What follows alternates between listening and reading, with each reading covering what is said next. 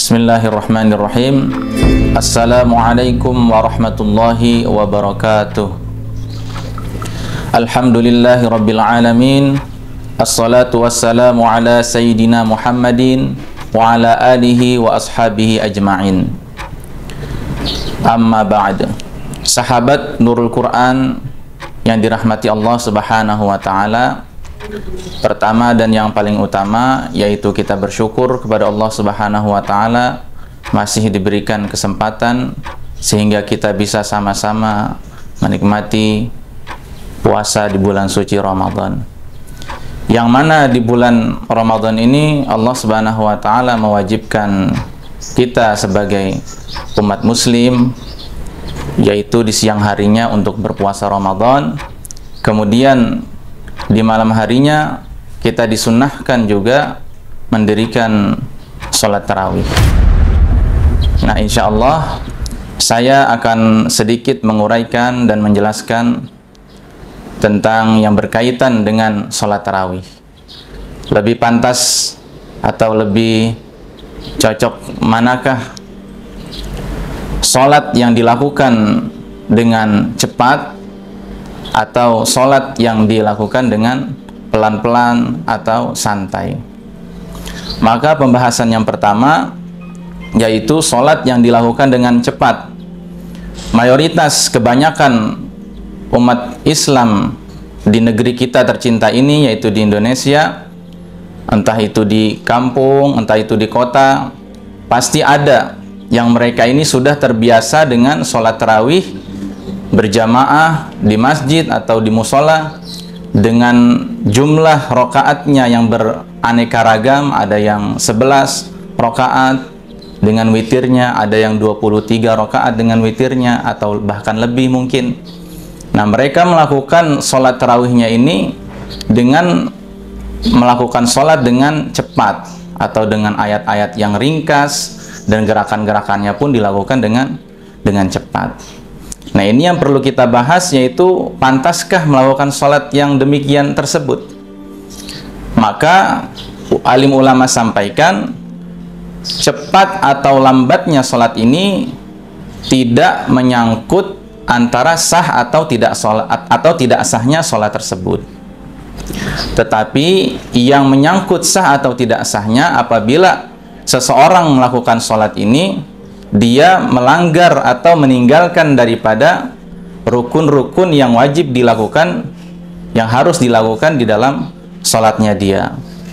Maka walaupun dia melakukan sholat dengan cepat, tetapi dia menunaikan rukun-rukun sholatnya, menunaikan rukun yang wajib dilakukan di dalam sholatnya, seperti tumakninahnya, dia menyempurnakan berdirinya, rukuknya, sujudnya, dan juga duduknya, bahkan bacaan-bacaan yang wajib di dalam sholatnya dia baca dengan benar, maka sholatnya ini pantas-pantas saja, sah-sah saja sholatnya, dan diterima di sisi Allah Subhanahu wa taala.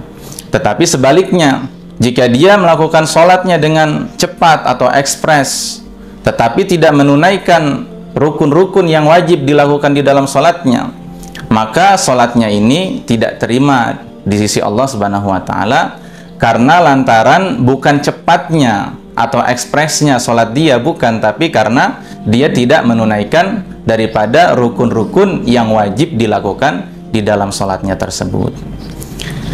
Nah, kemudian alim ulama juga menyampaikan sedikit tentang pembahasan yang sholat tarawihnya cepat. Ada di dalam kitab Bada'i'us Shana'i yang dikarang oleh Syekh Al-Imam Al-Kasani. Beliau mengatakan tarawih dengan bacaan surat yang pendek lebih baik daripada tarawih dengan bacaan yang lebih panjang. Jika dengan sholat yang tarawih pendek tadi, bacanya pendek tadi, cepat sehingga bisa menarik jamaah untuk ikut bergabung, atau jamaah lebih banyak tertarik untuk melakukan sholat tarawih secara berjamaah, maka itu adalah lebih diutamakan.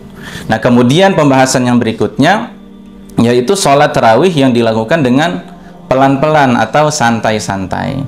Nah, kalau alim ulama katakan sholat yang demikian ini mungkin lebih utama juga karena bisa mendatangkan kekhusyuan, ketenangan di dalam sholatnya tersebut. Karena dia bisa mudah sekali menyempurnakan rukun-rukun yang wajib dilakukan di dalam sholatnya. Seperti tumakninahnya, dia bisa menyempurnakan berdirinya, bisa menyempurnakan ruku, sujud, dan juga duduknya di dalam sholat. Kemudian otomatis dia pun akan mudah sekali mentadaburi bacaan-bacaan Al-Quran yang dia baca di dalam sholat, atau zikir-zikir dan doa yang ada di dalam sholat, sehingga lebih mudah mendatangkan kekhusyuan di dalam sholat orang tersebut. Sebagaimana yang Allah Subhanahu wa Ta'ala firmankan di dalam Al-Quran, surat Al-Mu'minun ayat 1 dan 2. A'udzu billahi minasyaitonir rajim. Bismillahirrahmanirrahim.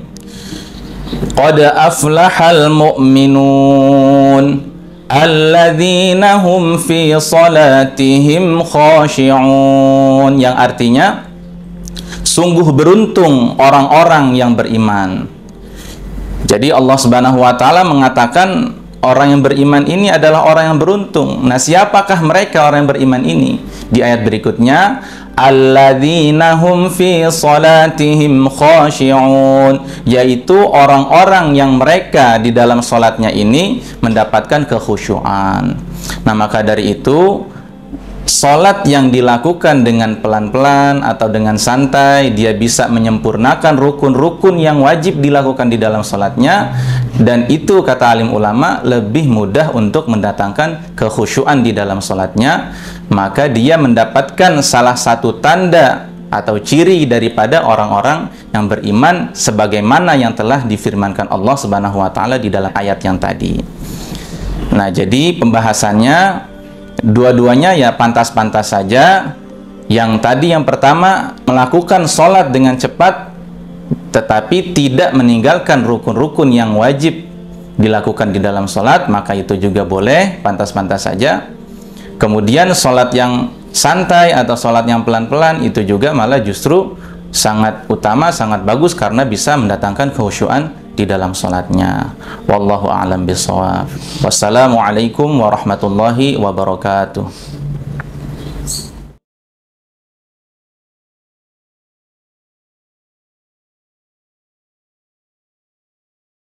A'udzu billahi minasy syaithanir rajim. Bismillahirrahmanirrahim.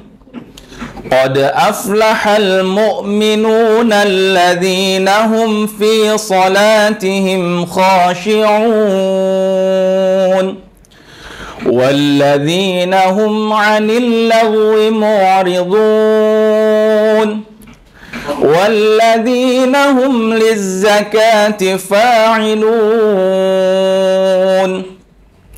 والذين هم لفروجهم حافظون إلا على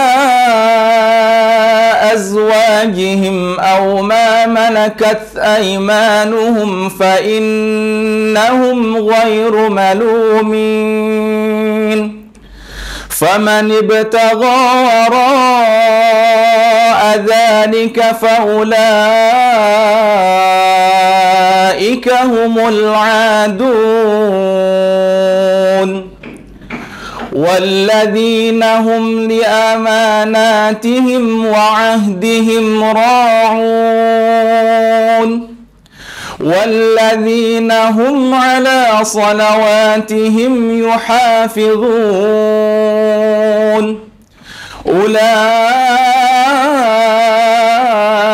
هم الوارثون الذين يرثون الفردوس هم فيها خالدون